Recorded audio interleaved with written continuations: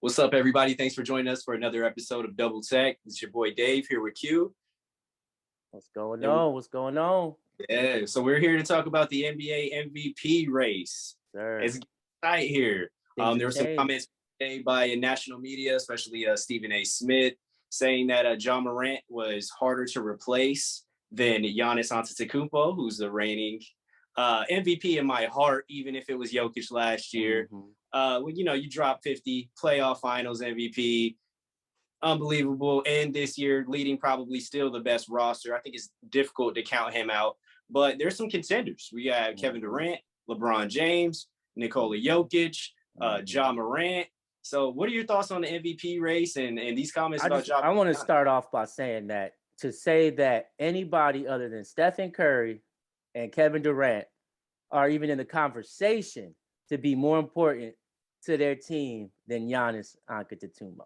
I love Ja Morant. I love him to death, but you got to be a damn fool. You looking for people to click on some shit to tell me that Ja is harder to replace than Giannis. That's reaching.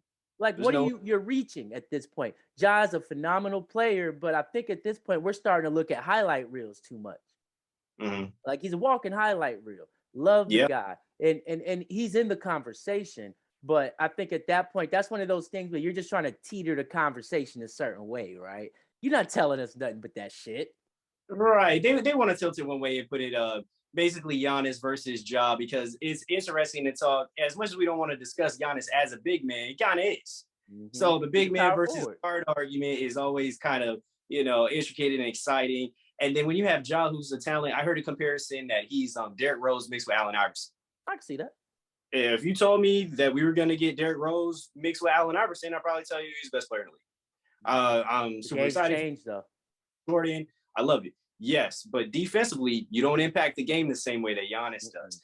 We all watched when Giannis took Golden State and put his stamp down as, I'm still here. The Bucks are still here. And it was one of Klay's first games back. And he was doing everything you could possibly ask in terms of turnaround jumpers, getting into the paint at will, distribution. And Ja Morant is great. But do I think he's going to will his team to the finals alone? No. I don't think as phenomenal as he is and as great of a game manager as he is, he reminds me of kind of how we used to have to do with Steve Nash, right? Steve Nash is a phenomenal player, and he was a very valuable point guard to his team. We all know this. But Steve Nash, because of who he was and the type of player, still required certain things around him to be successful. That's true. Ja is great. Can Ja go out there in the playoffs and give you the 40 you need? No questions asked. Can he go out there and lock something down and do the things you need? Is there many point guards you can get to replace him? No, there aren't many. But there's no one besides Kevin Durant right now in the NBA that you could do a 1-for-1 swap and they still have success like Giannis is having with that Bucks team right now. The Bucks could add Ja Morant there and lose Giannis. That team's not the same no more. No, they're not winning. They're not the same team. But if you put Giannis on the Grizzlies right now, the Grizzlies can get a decent point guard that can give them 15, just like Drew do. They already got it. They got Tyus Jones. Let Tyus Jones rock. Exactly. And now your team is looking at a 5 seed automatically, 4 seed automatically. That's it's kind of disrespectful to Giannis as a whole. And not just to hit on him. I think it's the MVP race is jolted a little bit right now. KD going down, that drops it. I mean, let's be honest here. 5 weeks, 6 weeks. What was it 10 to 11 or 5 to 6? He's got the 6 to 8, right? 6 to 8, right? 6 to 8. So that's you got about a month and a half, 2 months before he comes back, and that's going to make it hard for him. He would have to kind of do what Curry did last season to even try to get back in the conversation. Yeah, and availability. Availability is a huge thing, and it's just unfortunate to me. Like I said, I think Joel Embiid would have been the MVP last season had he not got hurt. I think Joel Embiid has a good candidacy this year. Yes, and that's another thing I was going to say. And that's because Giannis hasn't had to go full throttle and in overdrive because they're kind of working in their new pieces. It's the expansion of the game of Bobby Portis expansion of the game of Grayson Allen within their system. And Giannis has been out a few games himself. Right. When you look at Curry spent the first half of the year chasing the record, which, was awesome. It was great to see, but it's hurt his numbers in terms of MVP candidate. Maybe a little technical difficulty. There we go. Back here. So the next one, would have to be Nikola Jokic, who we just saw last year, pretty much complete the exact same season he's having. So people are saying, why are we discounting Jokic automatically? Well, we can give you the achievement award for last year, but you don't get back-to-back MVPs getting fourth seed just hanging around. That's not how the league and the accolades It's almost like Kevin Love back when he used to play for Minnesota, right? The boy was like a 30-20 machine. But who else on the team was doing anything? Don't get it wrong. Yes, he is valuable to his team and everything, but kind of get what it's not equating to wins. It's equating to wins in the point of like keeping us afloat. Yeah, but not because if we're going to base it off of that, then you can put him and Embiid right at the top, right? Yeah, right. Because let's be real, Philly without Embiid has no chance in hell. None. One of the worst teams in the NBA. Yeah, without a doubt, and it does show the value of Ben Simmons a lot too, but Embiid's going out there putting up 40-20 games. People talk about the assists Jokic get. I always feel the way I feel about that from the center position is it's cute. Highly appreciate it. But I need you to go out there. I need you to be a force though, too. Like when he is getting all these assists, what is your point guard out there doing? Like, I get it. You're running the triangle. Maybe they're running their form of the triangle and everything. But when Embiid's out there, he's a changer where you have to double team this man.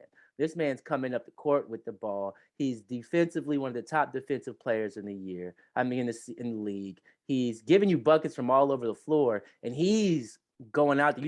You see a certain person willing a team. The Nuggets just kind of cruise. Even when Jokic is kind of getting these stats, it's a cruise. So I don't know. A lot of wins against teams that are middling. The Nuggets can go out there and beat the Knicks, or they can go out there and beat Minnesota.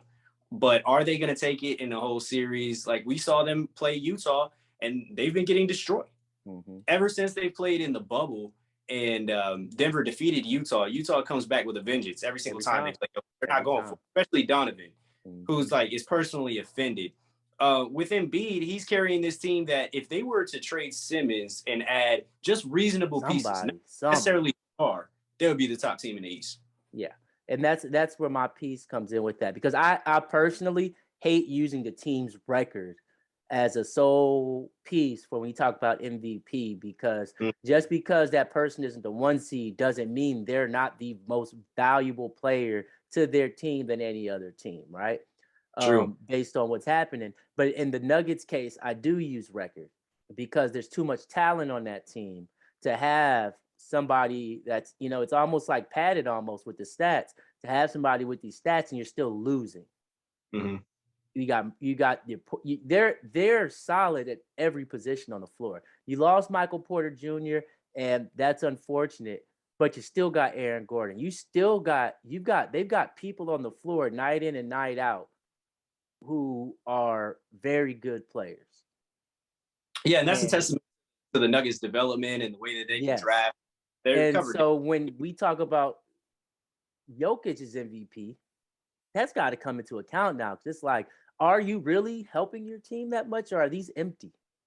I think there would be more of an interesting case if he didn't already win this exact award in this exact situation last year. And that's the big issue for me, is how can we reward you for the exact same thing? So your team's the most hurt, so you automatically get the award. That I'm not rocking with that factor. You know what I mean? And then with Ja, it comes down to how much are you actually contributing to the overall winning culture in the regular season? Because I agree with everyone that Ja Morant is the key for them to win in the. Without Ja Morant, they have no chance to win a series. But when he was out, they had a winning record. Tyus Jones found ways to win. These guys were finding ways to win. And it becomes difficult for me to sit there and say, oh, well, Ja Morant is the MVP when your team is a winning team without you as well. All it is for the Grizzlies, even with Ja, it's the same thing the Grizzlies have always had. It's the hustle. It's the grind. The Grizzlies are known for that. So no matter who they play, no matter how great you think your team is, the Grizzlies are going to go out there and play you like they in the playoffs in the regular season. They're going to come out and fight you for a win. Right. And you can get effort wins in the regular season. You're not going to get effort wins in the playoffs. Yes. Wait. And so like you said, so does that make Ja the most valuable to his team? No, right. I mean, I think, but he may be the best young player in the league.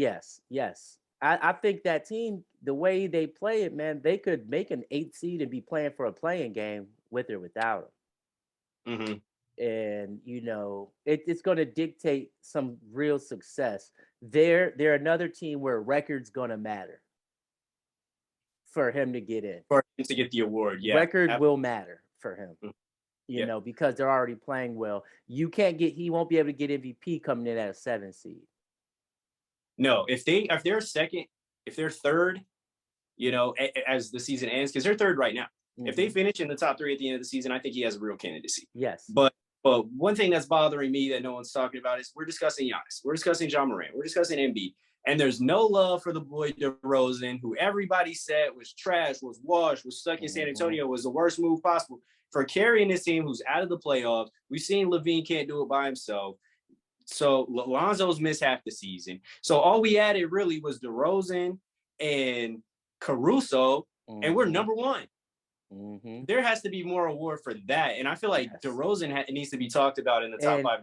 And I agree with you. And his thing is a stats game, right? Because he's not stat padding. He's not out there in the 4th when his team's up by 25-30 with 2 minutes left.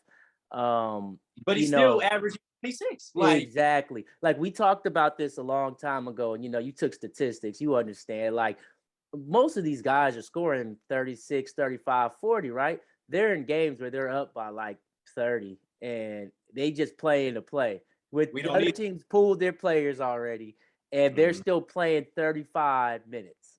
You know, which is kind of unfortunate, right? You remember when Curry first broke the record, he was playing like 26 minutes. Imagine if he just stuck around. Nobody would ever get near him ever in history. You would never, ever see a player score as many points as he did in a season. Ever. But they sat him, right? And with DeRozan, he is efficient in what he does. He gets the job done and he's out. And you're right. There has to be accountability in that.